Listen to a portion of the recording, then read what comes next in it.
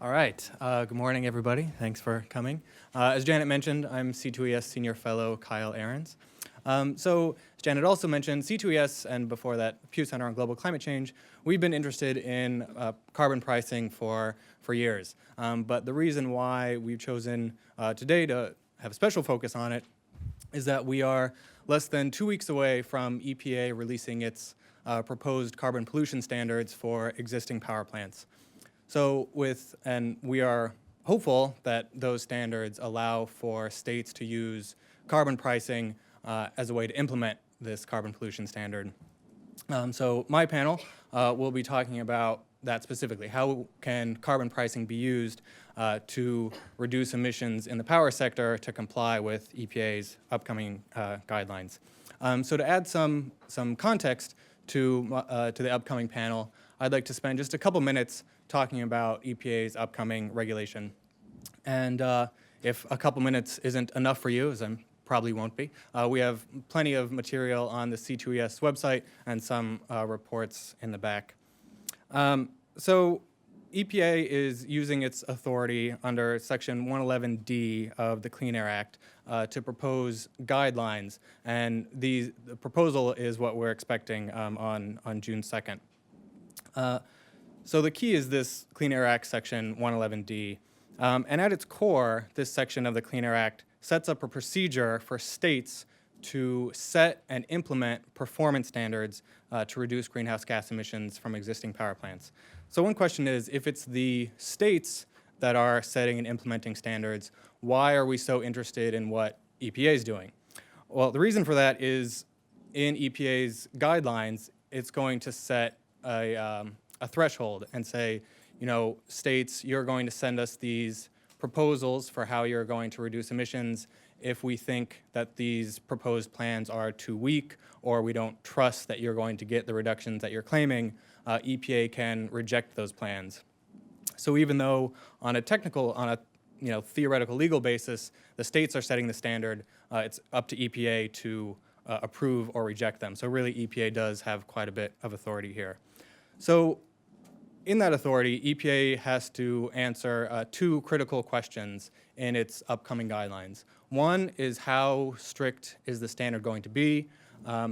We won't be really addressing that question here today. We do address it in a key challenges brief behind you. And then the second question, which we will be talking about, is what measures will states be allowed to use to reach that standard? Let's see. So we think that it would be sensible for EPA in its guidelines to allow a broad range of options, to give states a lot of flexibility in how they want to reach the standard that EPA sets. So some of these options could be more command and control based. So states might be allowed to say, power plants, you have to meet this specific standard through improved heat rates. We could also see the option of states being able to use renewable portfolio standards and energy efficiency resource standards. The majority of states already have standards like these in place as another way to reduce emissions in the power sector. And one of the most flexible approaches would be to also allow carbon pricing. So as Janet had mentioned, we already have 10 states that employ carbon pricing through cap and trade programs. We've already heard about how cost-effective these types of programs can be. And so this upcoming panel will talk about carbon pricing specifically as a way to implement EPA's upcoming guidelines. So in that, first we're going to have Dallas Burtraw from Resources for the Future. He'll talk about different pricing options that states have.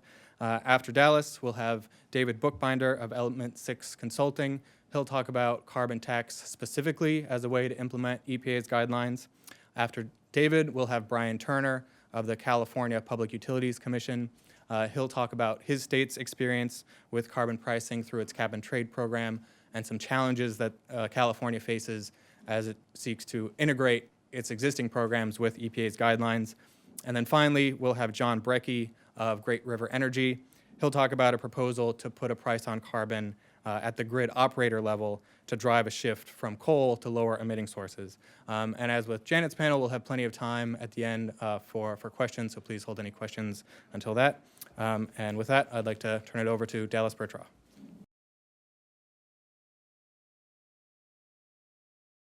Thank you and good morning. I'm going to borrow liberally from results from a number of studies, modeling studies and economic studies, to give you sort of an overview of what we've learned, what the literature suggests.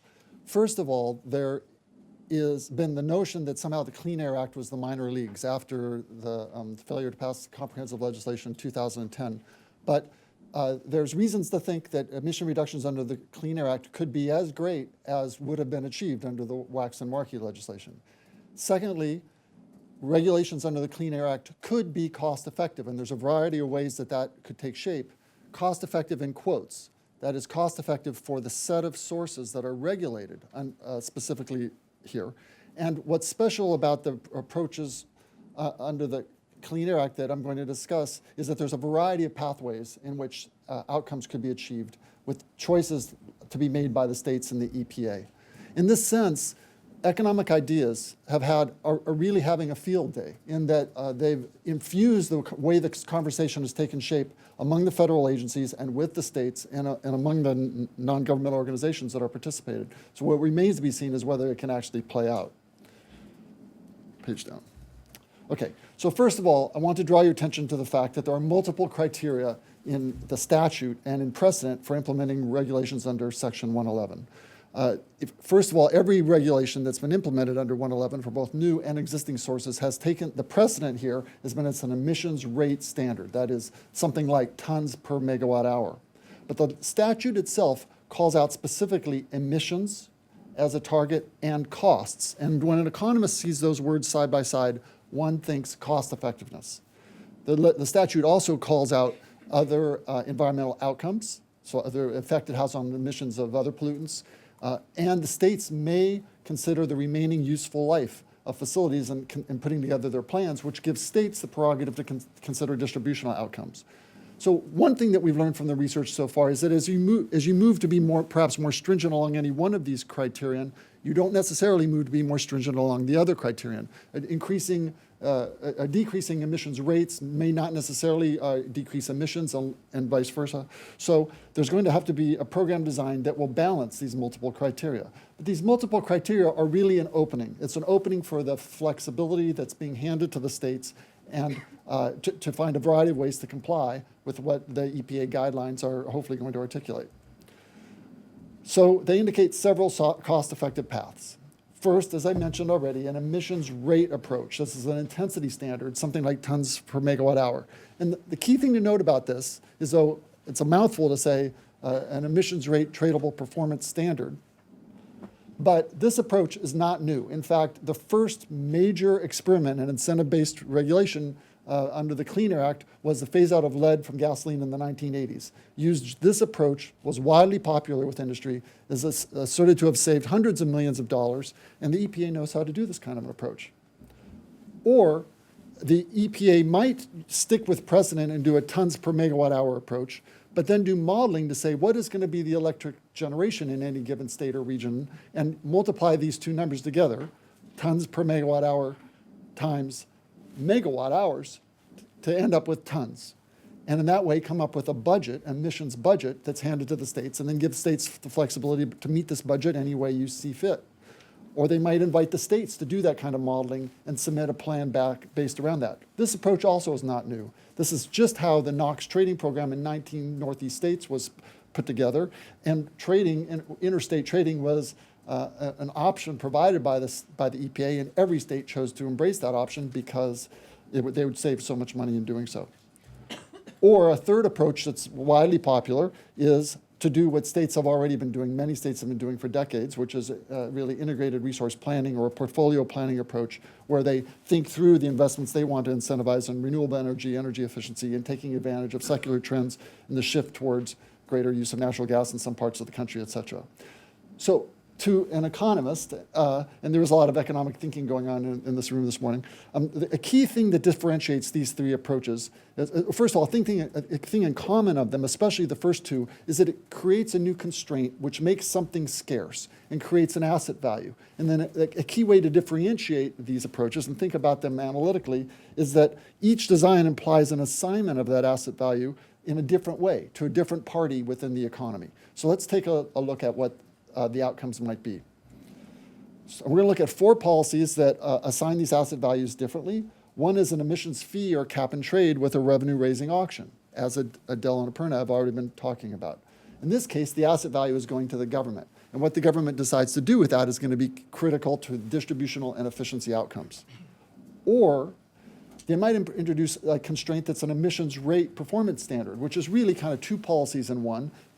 Firms have to surrender credits for their actual emissions or the embodied emissions rate and what they're doing, but they also earn credits for every megawatt hour they generate. So what's happening there is that asset value is turned into a production subsidy for firms, and they're given an incentive, along with the incentive to reduce emissions, they're given, and emissions rates, they're given an incentive to expand production. So that output subsidy goes to producers, and you can kind of anticipate, well, what effect that might have. Or you could introduce a price through either an emissions fee or cap and trade, and allocate the revenue that's collected to local distribution companies. I refer to this as the California type approach because it's largely reflected in what California has done. And I think John Brekke in a few minutes is going to give us a take on a somewhat different version of this. But in this case, it's a consumption subsidy that's going to consumers because in California, the Public Utility Commission acts as a trustee on behalf of consumers to make sure that this money goes to consumer welfare, benefit of ratepayers. Or fourth, you could have a similar program with the allocations going to local distribution companies and energy efficiency. As Janet already pointed out, this is what's done in RGGI, so I call this the RGGI approach. So all these approaches have real-life prominent examples in place that are being looked at by states and by the EPA. Now, this is a table full of numbers, but I'm going to take you through it really quickly. 5 columns here, a baseline, and as Adele mentioned, this is a baseline, what would happen in the absence of any of these regulations. And then I've arrayed the 4 policies, and underneath in parentheses, I'm reminding you a suggestion of where that asset value is created under each of these approaches.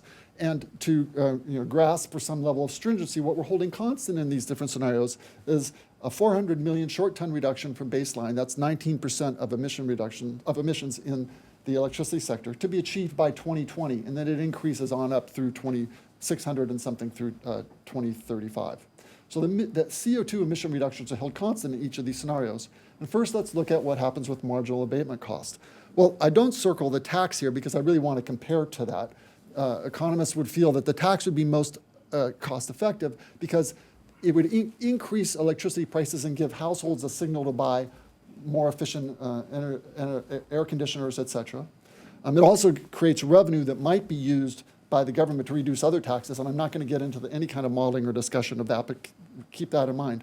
But within the set of sources that are regulated and conditional on the policy design, this is a cost-effective approach. It has different marginal abatement costs, but these marginal abatement costs aren't exactly comparable because, for example, there's a production subsidy under the rate-based approach and a consumption subsidy under the LDC approach. And then with the energy efficiency approach, you're actually shifting demand in, and so what's left is the marginal cost of emission reductions from the supply side. What's important about this really is if we keep working under the Clean Air Act, that it's going to be difficult to array regulations in different sectors of the economy. That's going to be a challenge for the administration because the signals coming out are going to be different under these different approaches. Okay, now what's happening with the change in electricity price? The tax would do the most to increase electricity because this revenue is leaving the sector, and there's certain efficiency attributes that are associated with that one might like to see because of the signal that it gives consumers. But among the other 3 approaches, there is a virtually unobservable change in the national average retail electricity price. So the sector as a whole is much better off if this asset value is kept in the sector and returned back to producers and consumers in a variety of different ways. There are still costs. Those costs are sort of hidden and borne largely by producers in certain types of producers in certain types of the country, in certain parts of the country. But very little change in the retail price could be achieved under any of these approaches, and that might be very appealing to the states. Now another measure, because one of the standards might be built around a fossil emissions rate approach. And so how do the different approaches perform in this regard? Well, the rate-based approach does the most in driving down emission rates, as one would think. The policy is effective at where it has been being targeted. And in so doing, it's creating the greatest substitution away from the use of coal towards natural gas. Now let's look at the total welfare change on the cost side. This is the costs that are being borne within the electricity sector as a change in producer and consumer surplus is the way that this is measured, plus changes in government revenues. The tax is the most efficient in this regard because it's giving that efficient signal to consumers on how they spend their money, because there is a change in electricity prices. The other approaches are sort of comparable in terms of they're about twice as expensive on the cost side. And I don't report what's happening under the energy efficiency approach because it requires some further discussion about how you measure costs when there's a big shift in the demand curve from energy efficiency. But basically, it's in the same ballpark as the rate-based and LDC approach. And finally, I want to bring your attention to the benefits, because so far we haven't said anything about trying to quantify what the benefits are of achieving these emission reductions. And here benefits are measured at two endpoints. One is the change in carbon dioxide emissions measured at the mid-value of the social cost of carbon. And the other is the reduction in ancillary sulfur dioxide benefits, which are mentioned explicitly in Section 111, the other environmental outcomes. Thank you. And we take those values from just the way the EPA would and from the RIA for the mercury and air toxic standards. Under the tax approach, those two things are remarkably similar. About $17 billion of benefits from CO2 reductions, about $17 billion from SO2 reductions. And since I said I'm holding CO2 reductions constant going all the way across, then it must be that SO2 reductions are what's changing as you move from left to right. And that is what's changing. For example, under the rate-based approach, with the greatest substitution away from coal to natural gas, you also get the greatest reduction in SO2 benefits. So if you want to know what are the net benefits of these different approaches within the electricity sector, you would add these two numbers together. And where you come out is that within the electricity sector, they're sort of comparable. There's multiple pathways that appear to be available to the states that are built around economic ideas that achieve various degrees of the kinds of cost effectiveness that Adele laid out for us at the outset. Not all of those, because there's not, and only in one case, the tax case, is there an opportunity to have revenue that you could use to reduce other taxes, which might be good for the macroeconomy. But within the body of regulation that EPA and the states are looking forward to, economic ideas are potentially have a huge influence. So to conclude, there's three exceptional characteristics about Section 111D that I'd like you to remember and think about how we interpret what happens on June 2nd and thereafter. One is there's multiple evaluation criteria that are relevant, and how will they all be brought into play and traded off by the states in developing their plans. Secondly, that fundamentally it is a state-based process that is expected. And so there will be a reflection of regional differences in political appetite in these plans. And third, that although I haven't introduced this, we are all benefit from the introduction of a new acronym in Washington, D.C. We'll all get to know BSER, the Best System of Emissions Reduction. In 1990, Clean Air Act amendments removed a term which referred to technology in this phrase. So now it's widely interpreted to mean a system is not a technology system, but sort of an organizational system, inviting potentially regional power pool coordination or coordination through markets or what have we. And that's what we're going to find out about in the next few months. Okay, thank you.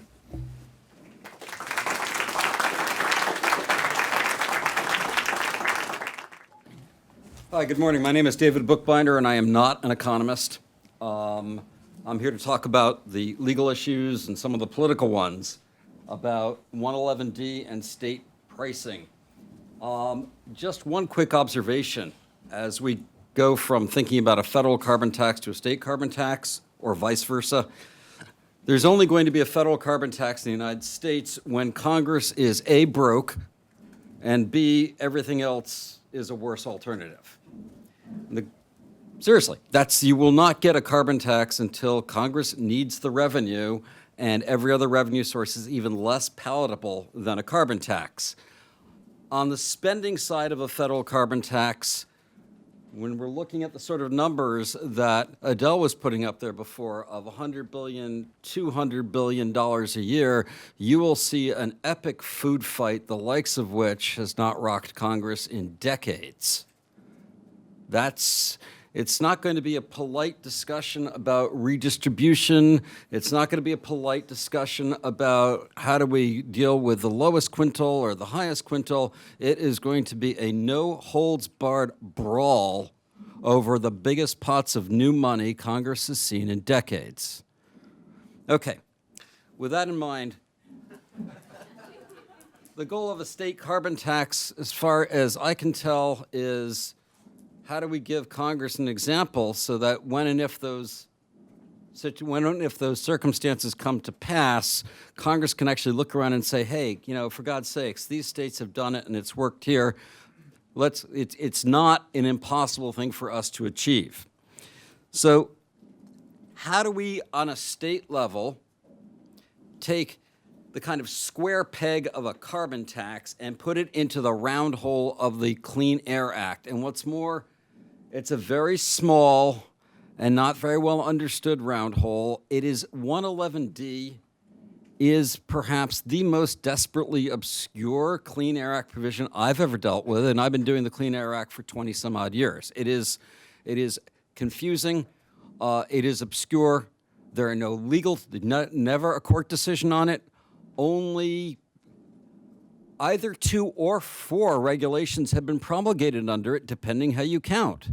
If you visit, by the way, EPA's website, they say there's 7 regulations have been promulgated under it. They're wrong. Even EPA doesn't understand how many regulations were actually promulgated under 111D.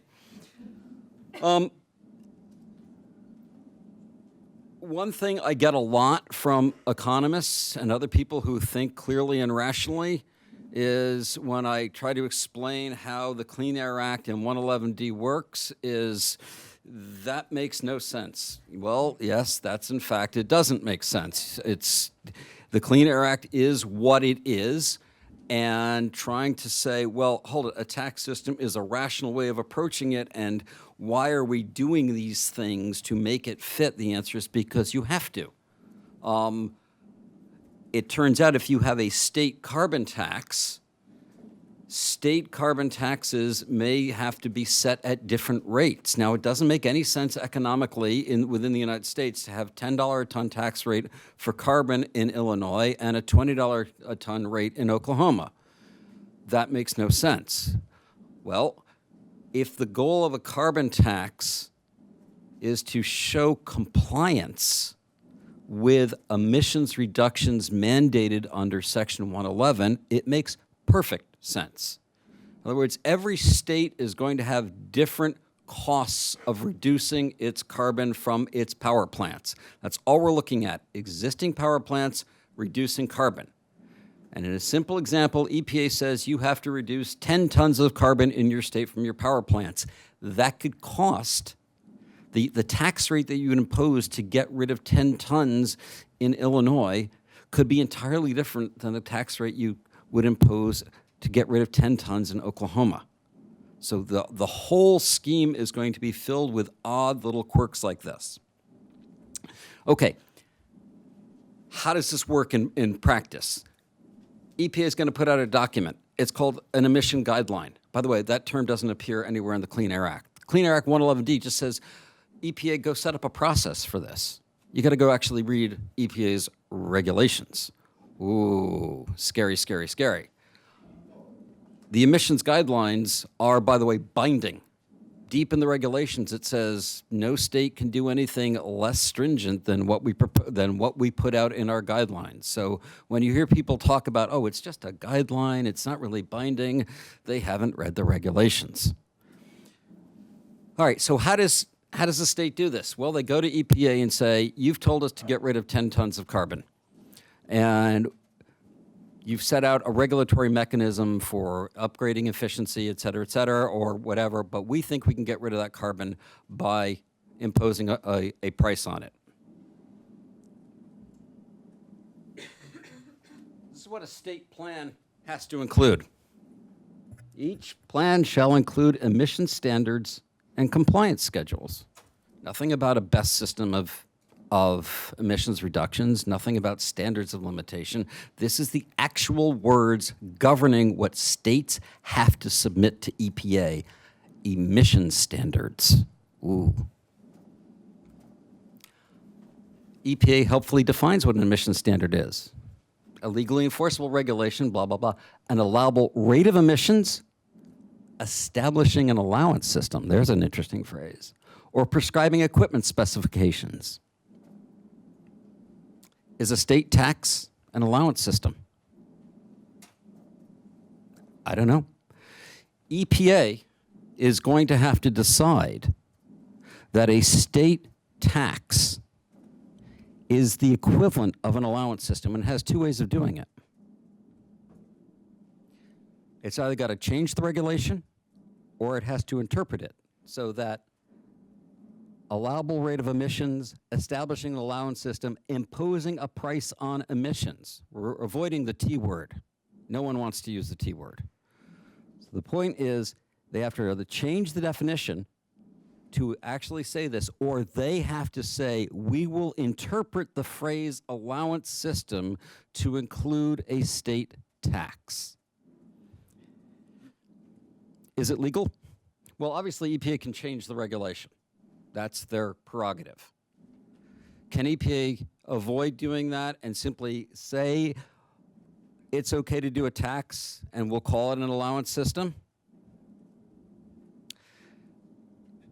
People ask me all the time, is something legal under the Clean Air Act or not legal under the Clean Air Act? And my answer is inevitably, it depends what 2 out of 3 judges on the DC Circuit panel decides. If 2 out of 3 say it's legal, it's legal. If 2 out of 3 say it's not, it ain't. The question is, can EPA, if EPA is willing to go along with this, we don't know what EPA is going to do, but if EPA is willing to go along with this, do they change their regulation? Or do they agree just to try and convince a court that an allowance system includes a state tax? That's all I have to say. In 2 weeks, I will be slogging through several thousand pages of EPA's proposed rule, and we will see what EPA says at that time about pricing mechanisms, whether it will amend its definition to include pricing mechanisms, and how we take it after that. Thank you very much.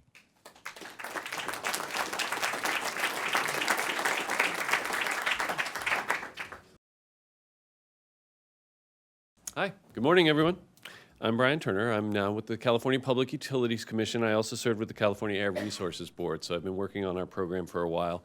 I'm not a lawyer or an economist. I'm a bureaucrat or a wonk. Make your own conclusions. So I'm going to talk about what we're doing in California and the policy conclusions that you can draw out of it. None of them are going to be very clean or pretty because we're doing a lot in California, and so you have to take everything as mixed up. Everything that we're doing is driven by the law that was passed in 2006, AB 32. Its target is to reduce our emission levels down to 1990 levels by 2020. That's about a 15% reduction off the peak, which was around 2005, and to then maximize other co-benefits. And it gave the California Air Resources Board pretty broad authority to come up with a variety of mechanisms to do that. So they did.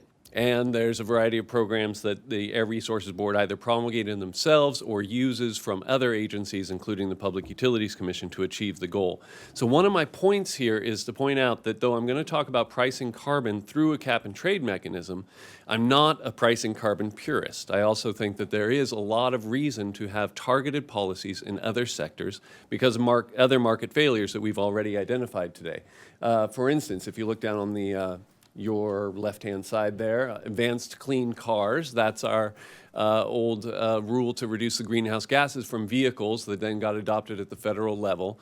And that addresses the market failure between the buyer and a manufacturer and buyer of vehicles to increase their efficiency, that standards can achieve very cost-efficient, effective reductions that would not be achieved through a carbon price alone. Similarly, renewable portfolio standard, at least in its early years, is about accelerating technology and renewables. Low carbon fuel standard, also about accelerating technology and alternatives to oil, where there's tremendous market barriers, including network effects and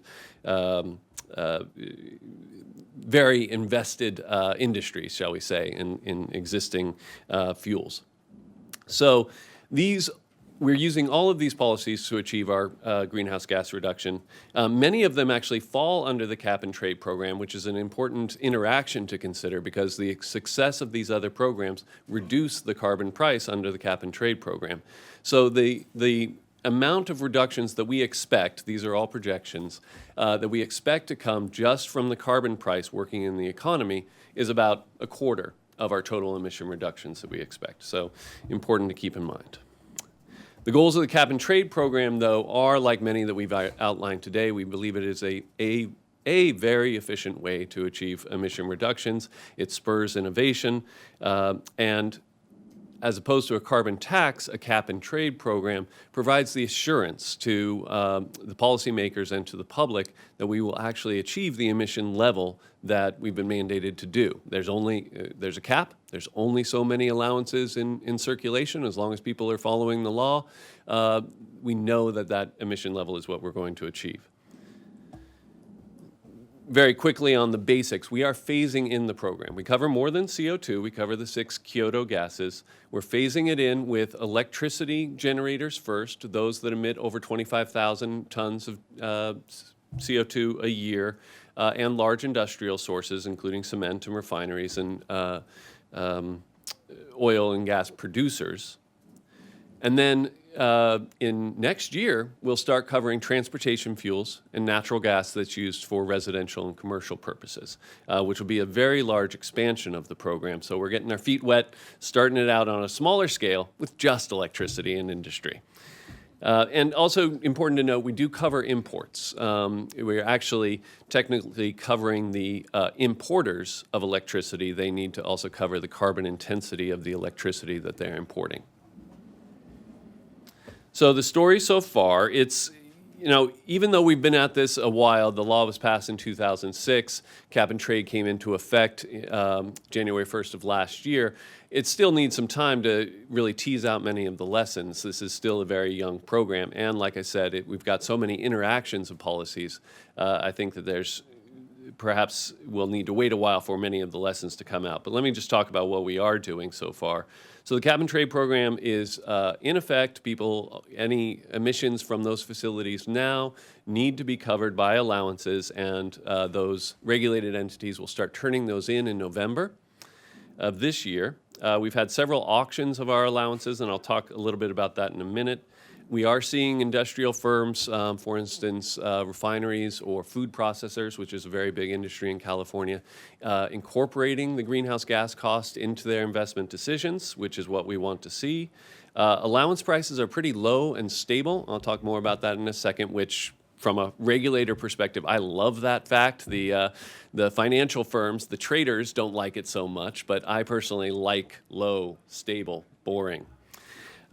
We've had strong general support. Want to mention the 2010 referendum that lost by a greater point spread than anything on the ballot that year, including Governor Brown, won by. It showed tremendous public support for the program overall. And while we do face significant intense industry opposition on some points, it really focuses on the allocation of allowances and the direct assistance that they receive, basically rent-seeking behavior that, as any regulator is pretty used to. So what are some of the political and legal challenges we've faced? The impacts to business. So the top line here is what are the challenges we've faced, and then how have we tried to address it. We've tried to address it with phase-in, with allocation to affected industries, and I'll talk about that, and then containing the cost and volatility of the carbon pricing. Similarly, with consumers, we're phasing in the program. We're spending to assist consumers and to reduce the demand for energy that creates the cost for them. And then the climate credit, California innovation, that I'll talk more about. Market distrust was one of our biggest challenges. We implemented this program soon after the largest financial collapse we've seen in almost a century. And so nobody was really excited about having Goldman Sachs involved in our energy in a commodity closely related to such basic energy commodities. So we have a very careful design, very strict monitoring and enforcement of any market manipulation, and then the price collar, which assures that the prices will remain within a fairly manageable band. We've been sued from the left and the right. The left has said we shouldn't allow trading at all, that we should reduce at each and every facility through command and control mechanisms. And then from the right, that this is an illegal tax. Of course, it's not. We're selling permits to pollute and those fees go back into pollution reduction related activities. Oh, these are some of the things we've done to assure that market integrity for the market participants. All these allowances exist solely within the state-managed tracking system, so there's no ability to counterfeit, there's no ability to steal. We've learned much of that from the EU ETS. And then we've got very tight market monitoring, and we work very closely with our partners at the CFTC, FERC, Cal ISO is the independent system operator, and both our State Department of Justice and Federal Department of Justice are watching these markets very closely and are eager to go out there and bust somebody if there was any wrongdoing.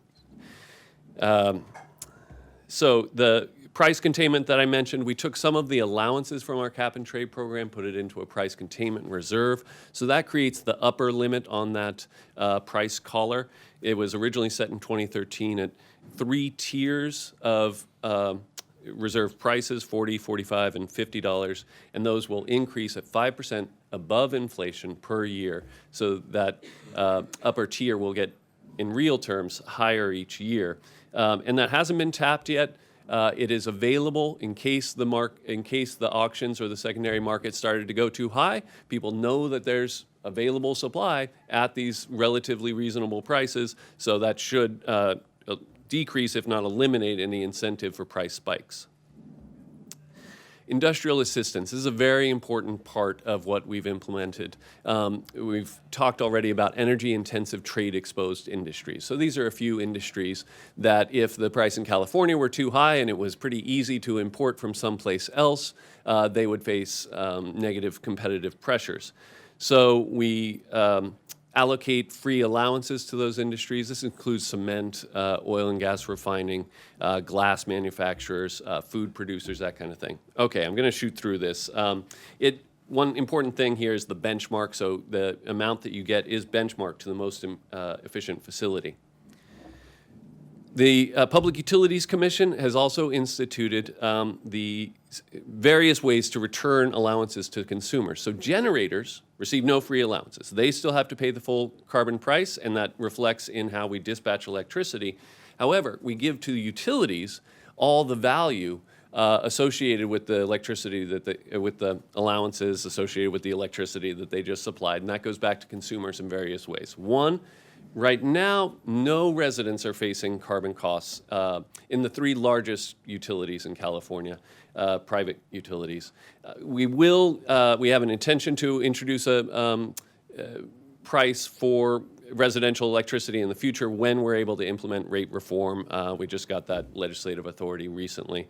But I still think that we will protect the lower income consumers. We also give a electricity-targeted EITE assistance and also assistance to small business. And then there's the climate credit. So we just instituted this. Consumers are seeing this saw this on their April bills.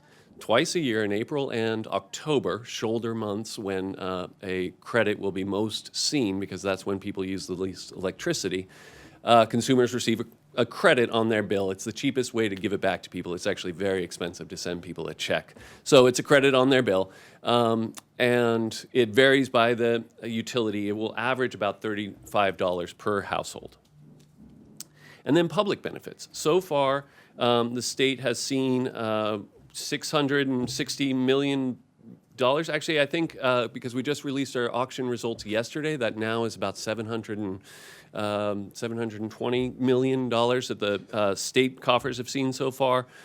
That goes through the normal appropriations process. It does have to be spent on pollution reduction related activities. The governor's released some of the priorities he's like to see it put in. We've talked a little bit about tax shifting, that price on carbon would be great if we could reduce distortionary taxes elsewhere. And to the extent any of these expenditure categories are things that we would have spent general fund monies coming from those other distortionary taxes and would have had to increase those taxes or have the opportunity to reduce them in the future, then I think we might see some of that benefit in California. There's not an explicit tax shift, but I think that there may be an implicit one. That's another kind of research topic for the future. We just held our last auction. Just want to point out those prices are remaining just above the floor. Personally, I think that's a great place for them to stay.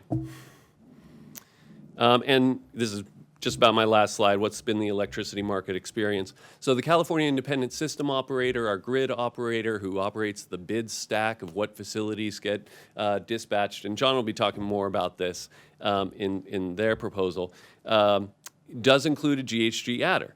Each facility calculates their own, or the CAISO does it for them based upon what their emission per megawatt hour is, also some of the startup and minimum runtime emissions, times what was the average daily allowance price in the secondary markets for that day. And that affects the dispatching. You get more dispatch of cleaner units, less dispatch of less clean units. Again, this is one that I really look forward to getting the research on how this changes capacity factors of facilities in California and selling into California, but we don't have that yet. And on average, this has increased electricity prices by $6 a megawatt hour. This is a little bit more than a half-cent kilowatt. It hasn't noticeably affected import levels except for our federal sellers of electricity that aren't allowed by federal law to sell, to pay a carbon price. Some of my conclusions. I also want to conclude with my one little thought about 111D, which I will echo Dallas a little bit, in that I think that this may be an exciting form for national carbon policy to take for two reasons. One, you see states putting forward policies that work for their politics and their resources and their industries. And number two, it's a bit of a survival of the fittest kind of Darwinian wonk fest, where the best state policies that are the most efficient and make people the happiest may win out over time. And isn't that what the laboratories of democracy are meant to do? So, thank you.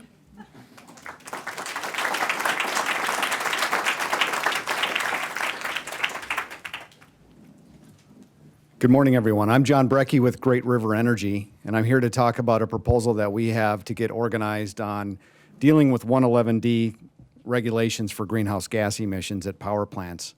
Getting organized as an industry, but also getting organized as a group of states and as a country around 111D regulation.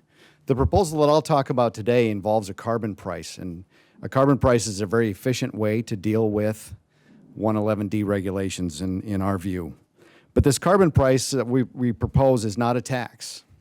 It's a price that's imposed on a wholesale market that's already organized, already in place, with the monies being given back to load-serving entities, utilities that serve consumers. So the money gets back to consumers based upon how much consumption they have and gets credited back to them. So you don't have to pass a tax for our proposal to work. It does help us get organized on dealing with 111D regulation. The money being given back to consumers helps deal with the cost of this regulation and mitigate those impacts. And yet you still have a net increase in that energy efficiency signal, and you'll see that as part of our proposal. We worked with the Brattle Group on this analysis and development, and our white paper is available on Brattle Group's website if you'd like to take a look at it. This map shows our service territory. We serve 28 member distribution cooperatives that are all based in Minnesota and a small part of Wisconsin. Those 28 member distribution cooperatives serve 1.7 million consumers. And we care about the rates that those consumers pay. So we have to have a balance as a company on affordability of electric rates, on environmental stewardship, and on reliability of service. We also have to have a balance as an industry on these factors and as a country. So how do we get there, and how do we organize around principles like these? We have concerns about traditional regulation and the impacts of that regulation on our power plants and on our industry. We're already seeing underinvestment in coal plants and shutdowns of coal plants that might be, from a reliability standpoint, somewhat premature. The uncertainty is not alleviated by traditional regulation, so how do we deal with that? And we're suggesting that we leverage an existing organized energy market that's already in place that today deals with reliability and cost of serving consumers and tries to optimize around those two factors. Let's just add a third new factor to that, which is greenhouse gas emissions. So we're not only leveraging the energy market for reliability and cost, we're adding a third factor of greenhouse gas emissions. We've already formed these ISOs. In our case, we're part of the Mid-Continent Independent System Operator.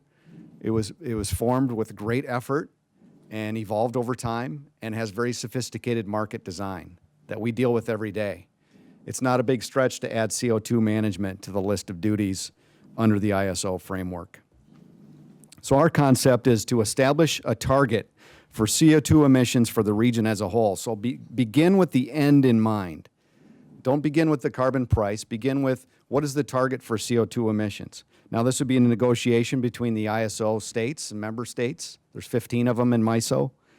There's a variety of ISOs around the country, and the EPA. That target would decline gradually over time, but the intent of that target is to mimic the effects of carbon regulations under the Clean Air Act. So whatever the outcome is of traditional regulations under the Clean Air Act, we would intend to mimic that effect with this target. That target would decline over time then to mimic that effect. There would be no caps on the emissions from a power plant or from a utility. And so if you've got the most efficient coal plant that is competing in the market, there's no limit on the CO2 emissions from that plant. What matters is how much CO2 emissions we have regionally under this approach. Doesn't matter where the CO2 emissions are coming from. So there's no caps on a plant to utility. In that sense, makes it simpler to deal with as well. And we use an existing wholesale market structure to administer this over time. So we'd start with the end. We wouldn't start with the price. We'd start with the outcome, how many CO2 emissions. And we believe that including new plants in this framework is the most organized way to achieve the result. So from that end result of how much CO2 emissions are allowable in the region under 111D of the Clean Air Act, the ISO would model the market's resources, load, and carbon targets, and they've already got these models available to do this, to identify the required carbon price necessary to achieve that emissions limit. And it'd be a path of values that would be identified over time, and everybody would know going into a time period what the carbon price is going to be. Now, that carbon price is charged to generators per ton of CO2 emissions, so variable costs go up on the system. So you do see this net increase in the energy efficiency price signal. But the carbon revenues are collected by the independent system operator and refunded back to load on a load ratio share. So it gets back to the load-serving utilities, back to consumers through the commission decisions of various states on how to use that money. But our point is that it ought to go back to consumers, the people that are paying those charges. Now, this morning, folks talked about the idea with if you did a carbon tax of getting the money back to the people. Under our method, we've identified, who are the people. They are folks that are paying electric bills, and it goes back based on consumption. So same ratio as how they paid the charges. But that refund doesn't recover all the costs of carbon regulation, so you still have this net increase in the energy efficiency signal. The effect of this is the presence of the carbon price imposes a variable cost that affects the dispatch results in the market, and it tilts the carbon intensity downward for the whole region.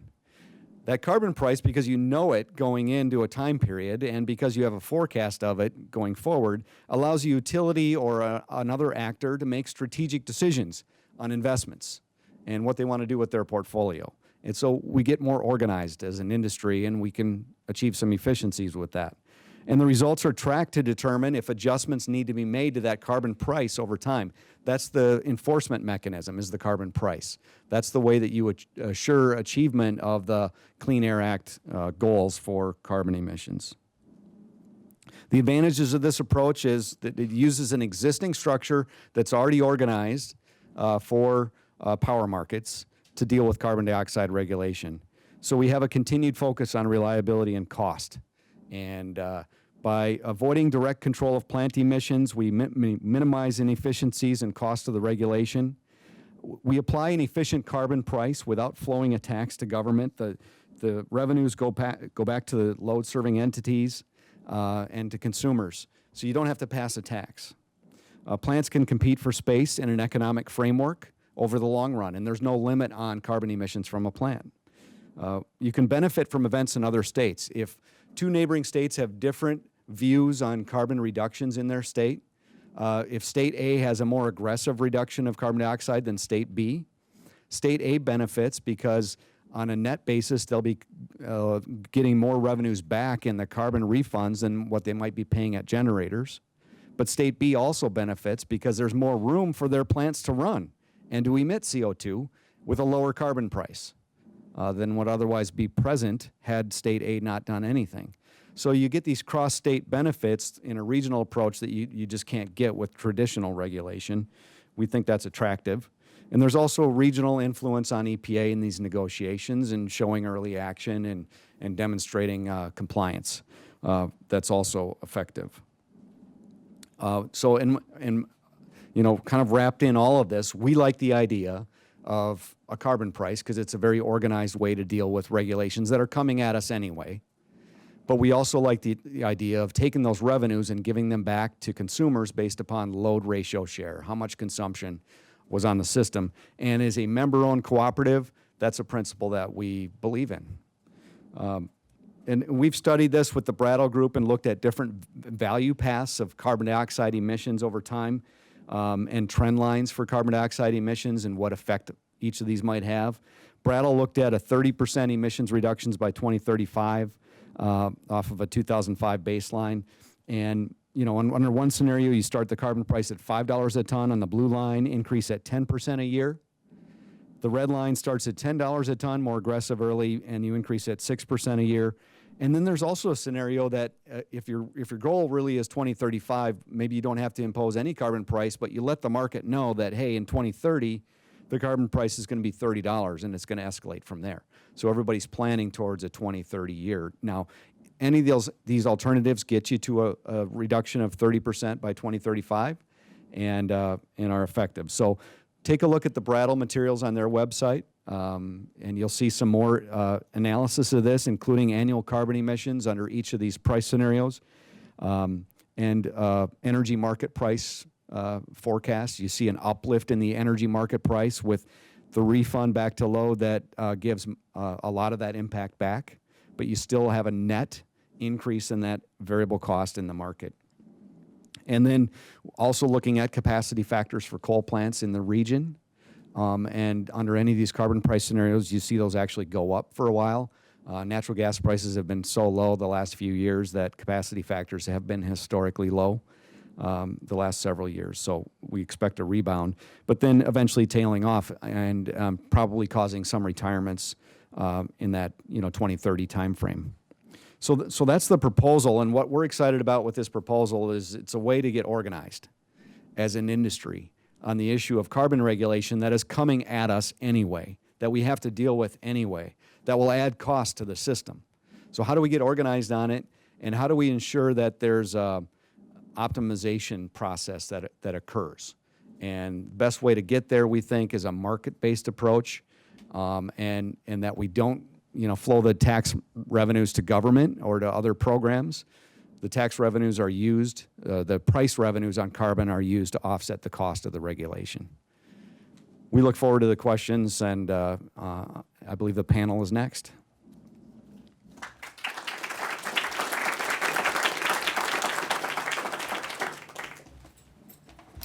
All right, so we're just going to get the chairs set up here, and then I'll have a couple questions for our panelists. And in the meantime, please feel free to line up at the microphone if you have any questions.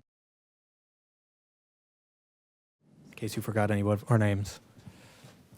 All right, so we're all set. So thanks for some great presentations. I'm going to go from back here if that's not too disconcerting. So I wanted to ask about a carbon price with and without a cap. So in California and RGGI, you've got this cap under the Great River Energy proposal, or a pure tax, you don't. So presumably in EPA's regulations, they'll want some assurance that the claimed carbon target will be hit by states. So I'm curious how, without a cap in place, you might provide that assurance.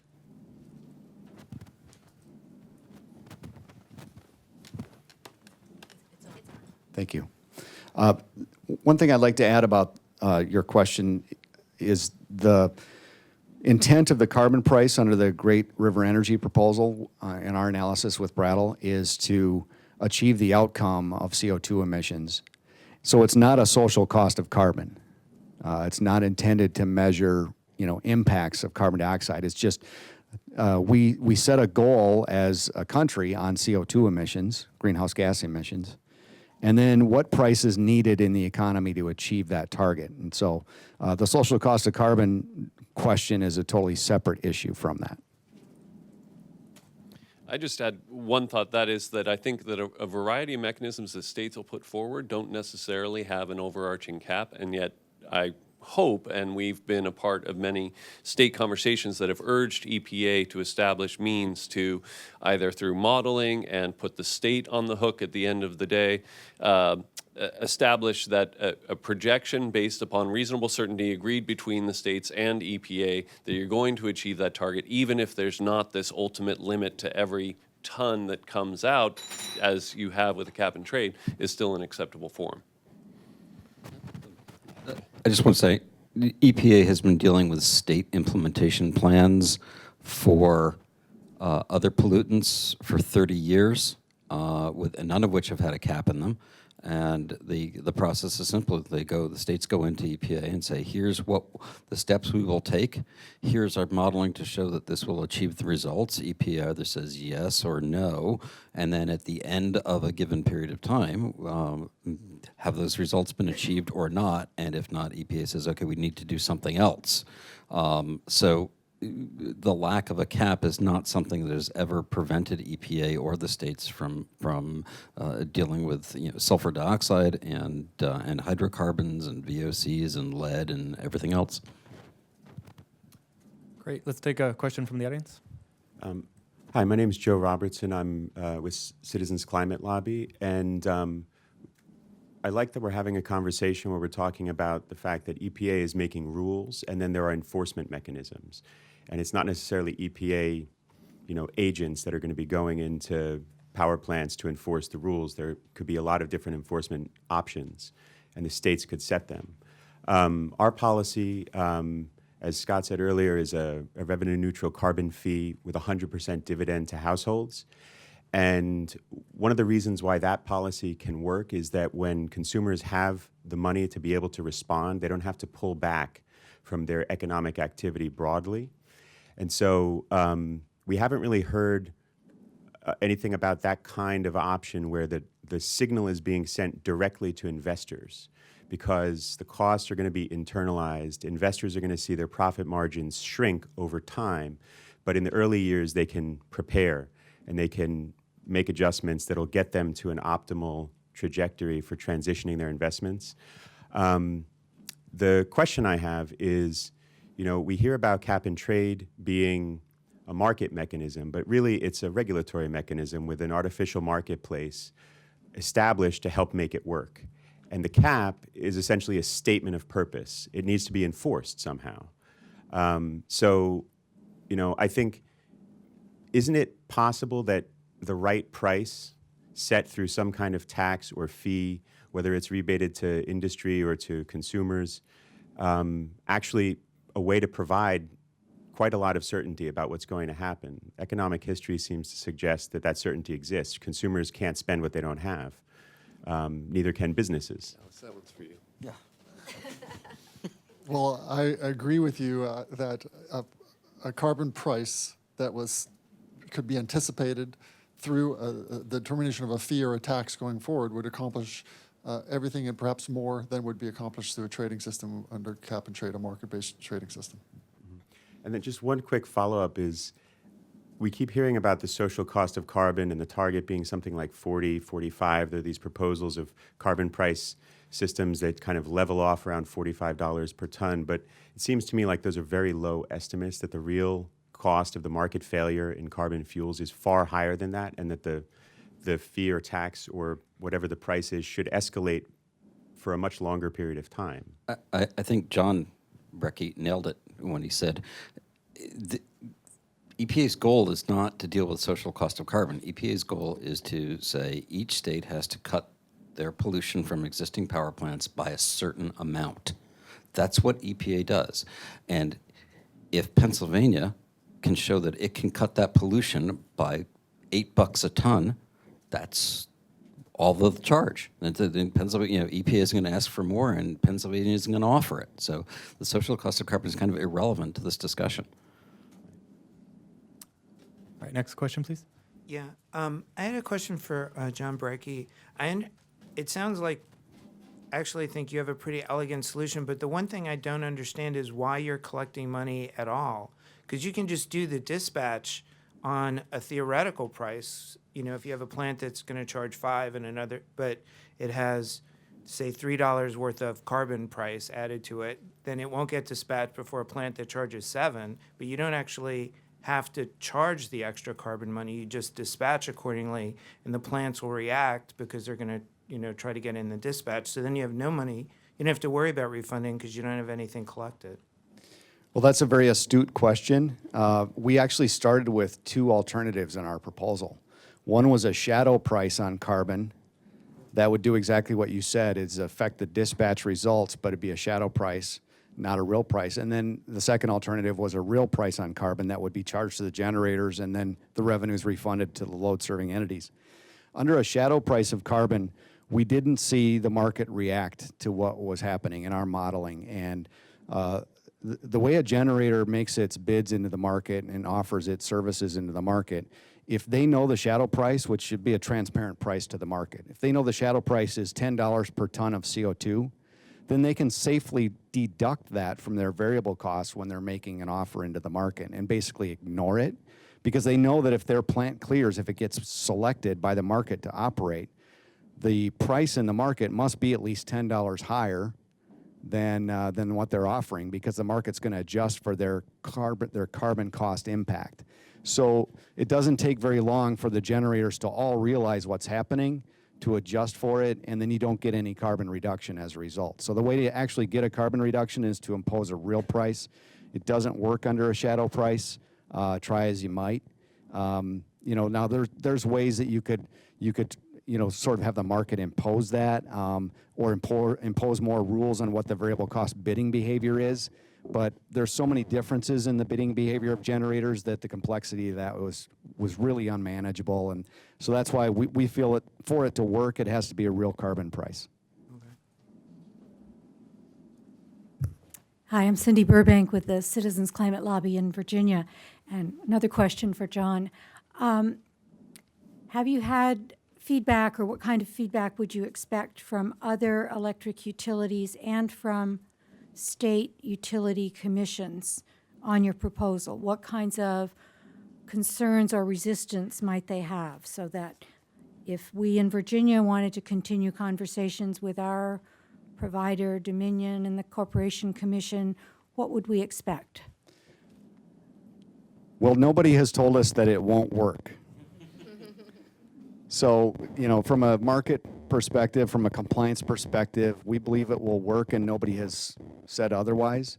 I think what's getting traction in our region is the idea of states working together.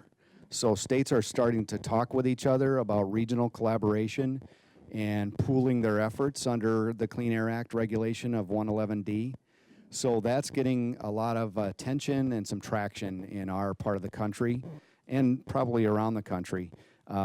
What the method is, whether it's our method, whether it's cap and trade, whether it's some other affiliation of states acting together on 111D, we'll see, and we'll see how that progresses. But we've been trying to be advocates of, even if it's not our method, we want the states to talk to each other and work together and get organized in a regional framework on 111D, and we think that that's really starting to happen. So you're not getting feedback or criticism from the utility and utility regulatory sector about this will adversely affect rates or Well, turn to the investors? I think there are concerns about carbon regulation in general, and we certainly are hearing those. So utilities that we've talked to about the proposal that have concerns about our plan have concerns about carbon regulation in general. And, you know, so we'll see what the regulations say in terms of how aggressive they are. And based upon those regulations, what are the best methods to deal with it? So we're really not at that point yet where someone's ready to select a method, but the region is talking, and that's a good thing for us. can I add to that? This one's still working. I have an advantage. No, that was a really good question and a great answer. And I think after June 2nd, if things go the way we hope on June 2nd, where the EPA has laid out some guidelines that give some direction to the states, given a signal of stringency, and then probably put forward options for comment. The next big intellectual question for the next year is coordination among the states at the regional level. The ISO RTO organization, the MISO, the PJM, all have made statements about the concern that it's not just an interaction in compliance markets, but there's an interaction in the electricity markets that could cause an uncoordinated approach to be much more expensive than a coordinated approach.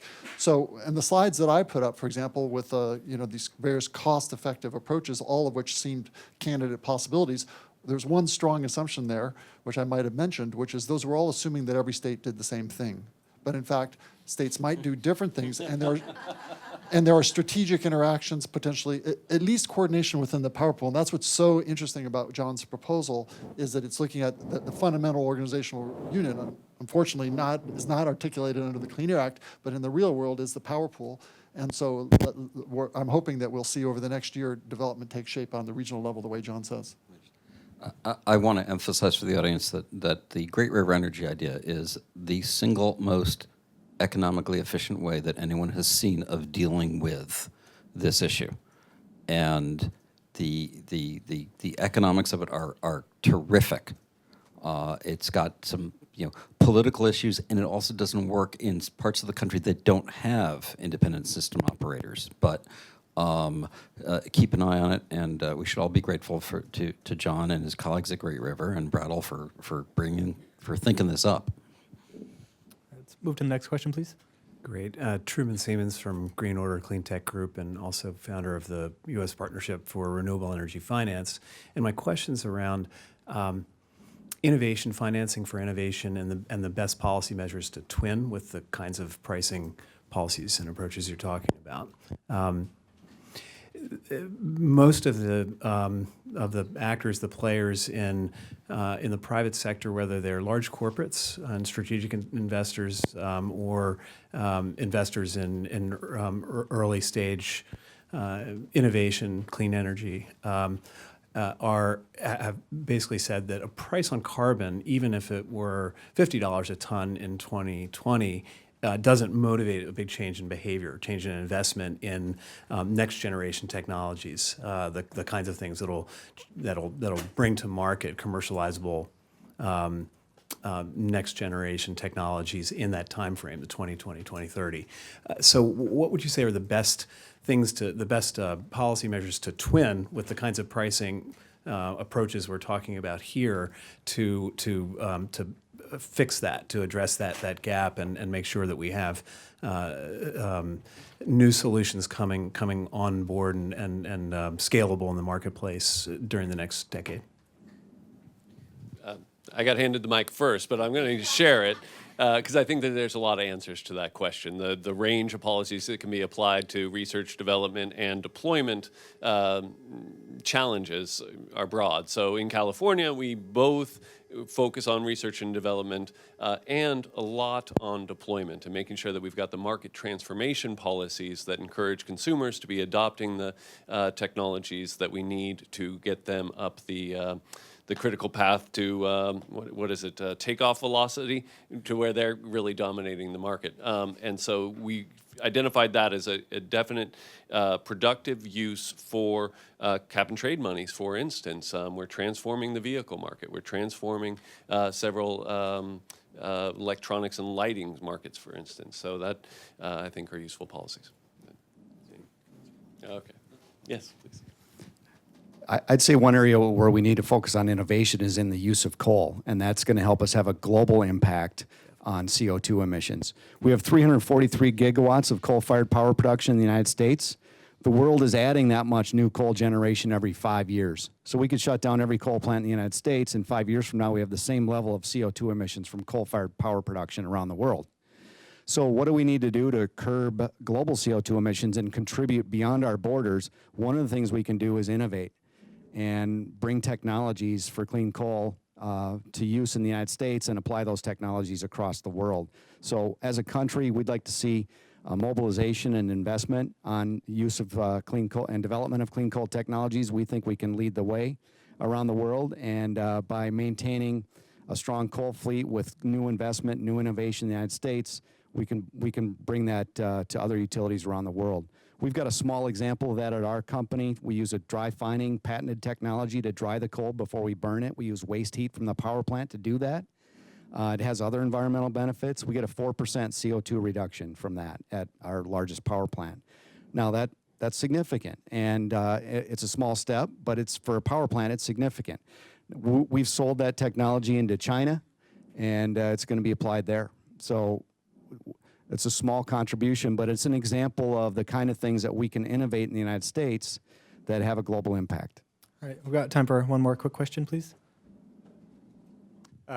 John Horowitz, Treasury. Of course, I had a whole bunch of questions I was going to ask, but, well, so maybe I better go then, if you're really only going to give me one question, and I'm going to take that cap seriously. This then is for John Brecky, which is, if I understand your mechanism correct, though, all of the reductions come through dispatch and investment. Is there any signal to consumers to give them more efficient appliances and so on? It sounds like by giving them the rebate, you don't get any consumer reduction. It all comes from dispatch and investment. So then that's another question that we get asked a lot, is about energy efficiency and the impact on energy efficiency. And I didn't have time to go into detail on it in the presentation today, but Brattle Group has looked at that, and the net uplift in the variable price in the market is higher than the amount that is refunded to consumers. So the rates, the electric rates actually go net in an upward direction. They actually increase because of the carbon regulation and the shift into more expensive dispatch fuels. So there's a net increase in rates, and as a result of the net increase in rates, there's a net increase in energy efficiency incentive. That efficiency is its own reward. And you know, there's already a lot of programs in place across MISO on energy efficiency rebates, but in addition to that, the presence of carbon regulation even under our method increases the rate signal for energy efficiency as well. All right, we'll wrap it up there. Thank you all for coming, and let's thank our great panelists.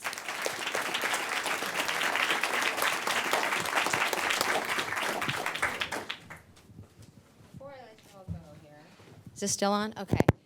So I think you heard that there's a lot of different ways to price carbon, and I know we could have continued this conversation for another couple of hours, and I might be biased and I would have liked that, but we can't.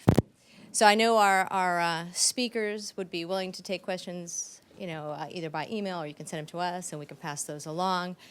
I just want to say, I think you heard a lot of people say today the word efficient, cost effective. I think it's in everybody's mantra to keep these regulations and to deal with greenhouse gases in the most cost effective and efficient way possible. I think it's keeping it as cheap as possible is in all of our best interest. And the greater the flexibility, the greater ability to integrate with regions, the greater ability to use market mechanisms, in my view, the better. So one last thank you to our speakers, Dallas, David, Brian, and John, to our authors, Aparna and Adele, to Climate Nexus for a video live streaming this, and to our staff at C2ES, Laura Rariman, Marty Nyland, Jason Yee, for making all of this possible. And thank you to all of you, those of you who are watching on the internet. I think we've had a great discussion, and I wish you all a good day. Take care.